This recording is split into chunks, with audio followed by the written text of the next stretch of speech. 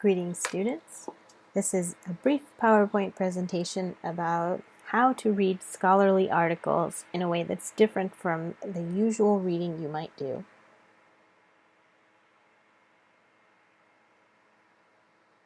So if you're going to read scholarly articles or other resources for your research project, there are some different strategies I would recommend to make sure that you can comprehend the main point, which can sometimes be quite challenging with scholarly articles, and to make sure that you get as much information as possible out of your reading so you don't have to reread it later on in your writing process.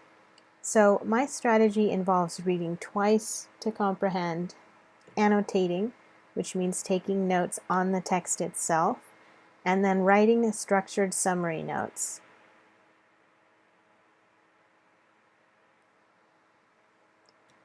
So when you annotate, the best way, in my experience, is either online using highlighting and editing tools or in hard copy. Read one time through and keep track of just what you notice and some interesting things such as, what the title means, if you find the main point, paraphrasing some of the author's ideas, and this just helps you go back and find important points. And the second time through, start working on asking some of the purposes of the article and responding a little bit in your annotations.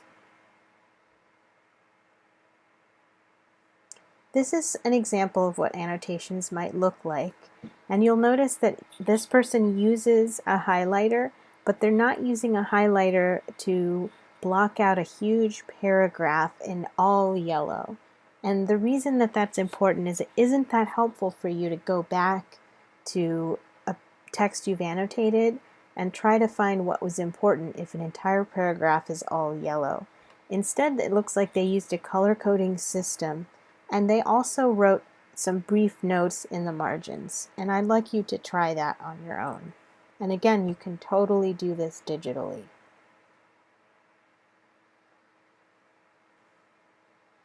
So when I say summary for structured summary, what I don't mean is just writing down the author's ideas in the sequence they present them. First they say this, then they say this, and thirdly they say this.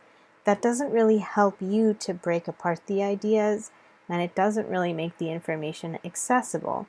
The most important job of a structured summary is expressing the main point of the argument and the purpose of the text.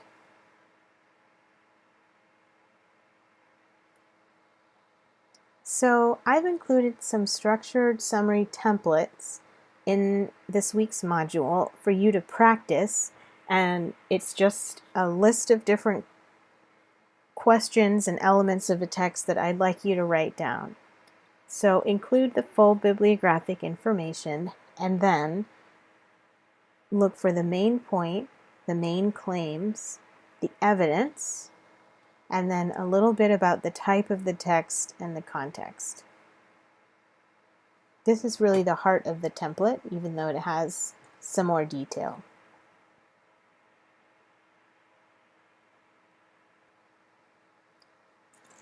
My recommendation to you is that you keep structured summary notes, and then as you're going through and you're choosing different ideas to paraphrase or quote, you keep those with the original summary. So that way you have everything together. A paraphrase is when you choose a sentence or two from a source, and then you rewrite it in your own words using the author's ideas and not yours. The reason to use a paraphrase is that when you write an essay, you could really bog your reader down if you kept switching back and forth between your voice and the original author's voice of the sources. We really want to hear as much of your voice as possible. And so sometimes to present your evidence, the best way is to paraphrase it in your words using their ideas. And very importantly, you always have to cite paraphrases.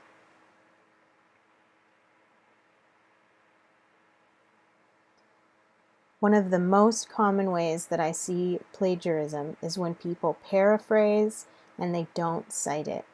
And it's my understanding that the main reason that this happens is that students are not actually keeping the ideas and original quotes and their structured notes together, but rather just reading and gathering a bunch of ideas, writing them down without citation information, and later forgetting where they got each idea. Apart from the total nightmare of tracking everything down again to put it into a works cited page, this is a plagiarism risk. And so the best way to avoid any of these situations is to keep your structured notes, your paraphrases and your quotes all together as you write your essay and prepare all your materials.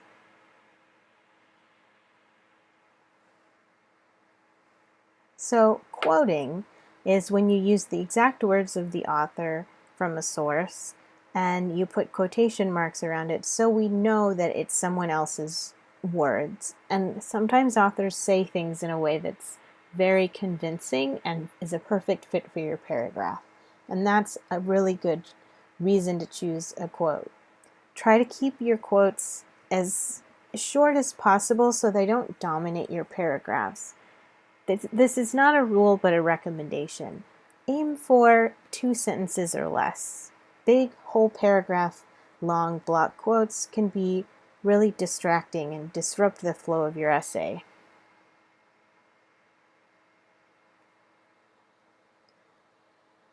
Once you've organized all this information, it helps you to analyze the readings and start to reach your own conclusions.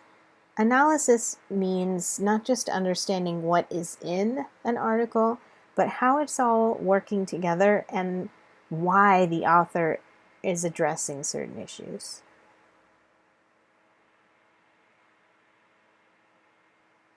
And finally, when you have your information organized in this way, it makes it way easier for you to respond with a very well-informed stance of your own. And the goal is that you're going to have an array of sources that you don't agree with all of them, but that they all help you identify where you really stand on the issues.